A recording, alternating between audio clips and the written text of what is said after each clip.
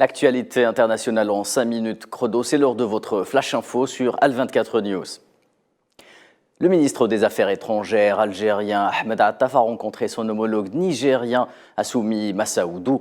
Les deux ministres se sont réunis en séance de travail qui a porté sur les perspectives prometteuses de développement des relations entre les deux pays, outre la concertation et la coordination autour des questions régionales et internationales d'intérêt commun. Les deux parties ont également convenu du programme des prochaines échéances bilatérales de la Grande Commission mixte, du Comité bilatéral frontalier et du Conseil d'affaires algéro-nigérien. Dans le domaine de la coopération militaire, l'Algérie et le Niger ont décidé de renforcer leur sécurité des frontières. Le ministère algérien de la Défense a annoncé la mise en place de patrouilles frontalières militaires conjointes avec le Niger pour faire face aux menaces sécuritaires, et ce à la suite d'une rencontre entre le général de division Mohamed Ajroud, commandant de la 6e région militaire frontalière, et le général de brigade Ibrahim Issa Boulama, chef d'état-major adjoint des forces armées nigériennes. Une rencontre qui a eu lieu au siège de la région Tamanrasset en Algérie. Dans l'actualité africaine également, cet attentat terroriste au Burkina Faso qui a coûté la vie à une trentaine de personnes alors que 12 autres ont été blessés lors d'une attaque contre une garnison militaire survenue jeudi à Ougarou dans l'est du pays. C'est également soldé par la neutralisation d'une quarantaine de terroristes avant l'arrivée des renforts. À noter que Ouagadougou a vivement condamné l'attaque en affirmant suivre de très près l'évolution de l'enquête.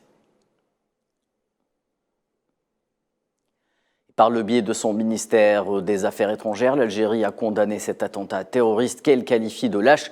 Dans un communiqué publié vendredi, Alger a fait part de toute sa solidarité avec le gouvernement et le peuple dans ces circonstances difficiles et réaffirme son engagement à combattre ce fléau, quel que soit son visage. Le ministre de l'économie, du savoir et des startups et des PME algérien Yassine Ouelid a pris part aux travaux de Transform Africa Summit au Zimbabwe en qualité de représentant du président algérien Abdelmejid Tebboune. L'événement a été l'occasion de revenir sur les défis relatifs aux nouvelles technologies de communication, le numérique et l'innovation. Le ministre algérien a valorisé lors d'une allocution les efforts de l'Algérie à promouvoir l'innovation et les porteurs de projets innovants à travers une politique générale visant à développer l'économie du savoir et du numérique. Ouvrant à présent le dossier soudanais avec la reprise des combats et des affrontements armés entre les forces militaires régulières et les forces de soutien rapide, et ce malgré la trêve conclue entre les deux parties. Une trêve sans cesse sujette à des violations alors que les adversaires s'accusent mutuellement d'en être à l'origine. À noter qu'un avion turc affrété pour l'évacuation des ressortissants turcs a été touché lors des échanges de tirs au niveau de l'aéroport de Wadi Sidna, selon ce qu'a indiqué le ministère de la Défense turc. Et dans ce contexte d'extrême tension, le président de l'Union africaine prend la parole pour appeler les chefs militaires en conflit au Soudan à cesser immédiatement les hostilités. Dans un communiqué publié vendredi, Azali Assoumani les a également exhortés à respecter les vies des civils, citoyens et étrangers et de reprendre sans tarder les négociations pour une sortie pacifique de la crise.